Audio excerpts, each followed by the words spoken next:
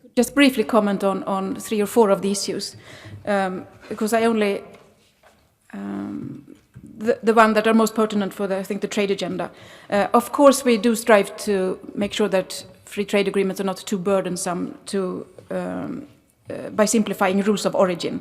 I think you find good examples in the Singapore Agreement and the Vietnam Agreement, although they have not yet entered into force. We also have simplified rules of origin for developing countries through our GSP system, and we are trying to do the same for the Euromed region.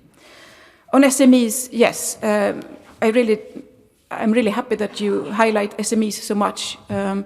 For the first time ever, we have a dedicated SME chapter. It's planned for TTIP, but of course we should, in all the areas during the negotiation, we should have an SME perspective and see how does this work for SMEs. But still, I'm also happy that we do have a special chapter where ideally it should be easy for SMEs to find out the different rules that apply, since the United States is made up of 50 different states with sometimes different rules.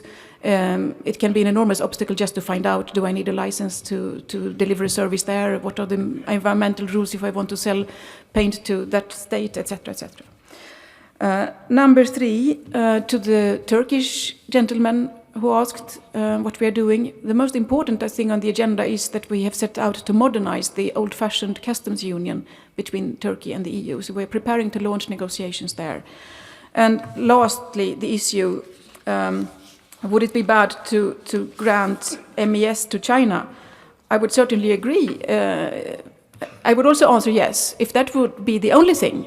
But let me assure you that the Commission's plan is to do 2 things. One is to delete the list that we have today of non-market economies and make our future system country neutral.